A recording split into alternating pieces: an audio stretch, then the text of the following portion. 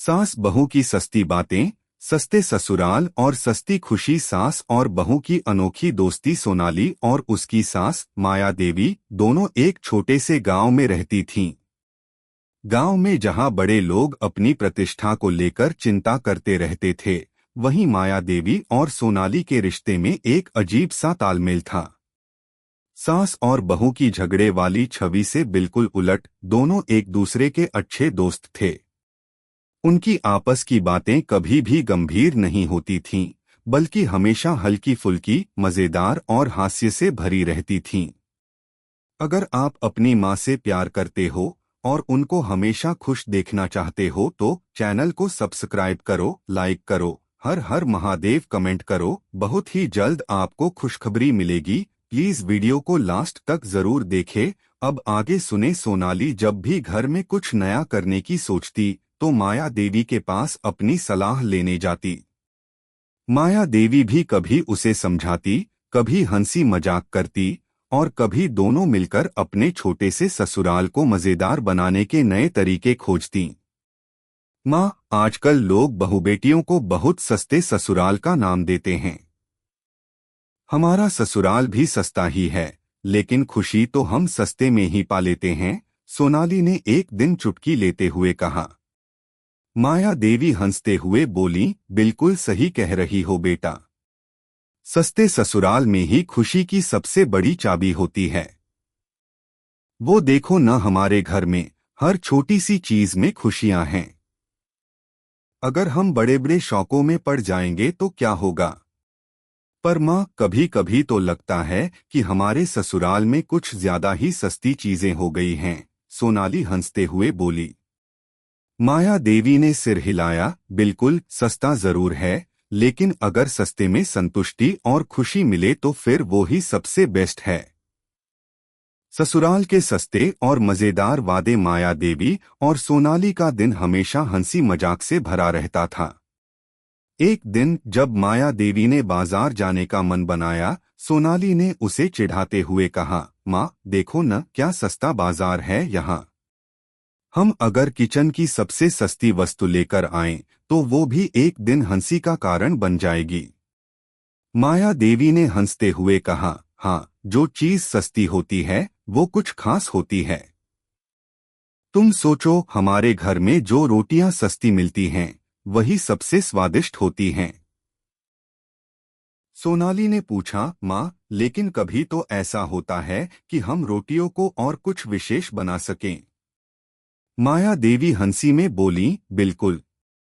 सस्ते मसाले, सस्ती रोटियां और सस्ती खुशियां मिलाकर क्या बात है। सोनाली को माया देवी की बातें बहुत समझ में आती, क्योंकि घर के सारे काम सस्ती चीजों से ही हो जाते थे, लेकिन उसमें किसी प्रकार की कमी नहीं थी। घर की सादगी में ही एक अलग ही खूबसूरती थी। सस्ती खुशी की महक। गांव में एक दिन मेला लगा था।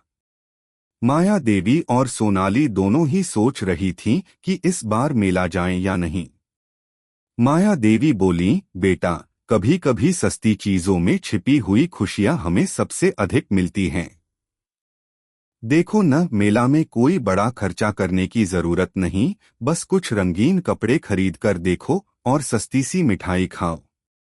इससे हमें खुशी मिलेगी और फिर किसी चीज की तलाश नहीं होगी।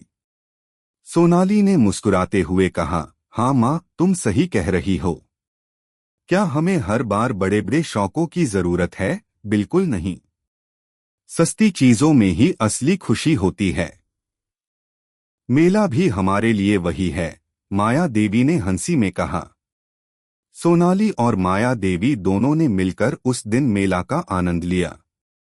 सस्ती सी सवारी की, सस्ती सी मिठाई खाई और सबसे महत्वपूर्ण बात, सस्ती सी हंसी साझा की। वही हंसी जो उनकी जिंदगी का सबसे अनमोल हिस्सा थी। सस्ते रिश्ते, सस्ती खुशियां। सोनाली और माया देवी का रिश्ता कोई साधारण सा नहीं था। उनके रिश्ते में कुछ खास था जो उन्हें हर छोटी सी बात में खुशी देता था। उनके लिए महंगे तो सिर्फ वे सपने थे जो दूसरों ने अपने जीवन में सजाए थे, लेकिन उनके सपने सस्ते थे और बहुत सच्चे थे। माँ, तुम सच कहती हो कि सस्ती खुशियाँ सबसे बड़ी होती हैं। हम लोग कभी महंगे शौकों में नहीं पड़े, लेकिन हमारी छोटी छोटी बातें ही हमें जीवन में सबसे बड़ी खुशी देती हैं। माया देवी ने मुस्कुराते हुए कहा, बिल्कुल। और यह सस्ती खुशियां हमें यही सिखाती हैं कि जीवन में अगर हम खुश रहना चाहें तो हमें चीजों की कीमत नहीं, उनके मायने समझने होंगे।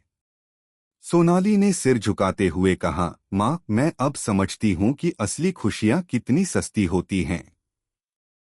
नैतिक शिक्षा। इस कहानी से हमें यह सीखने को मिलता है कि जीवन में खुशी की कोई कीमत नहीं होती।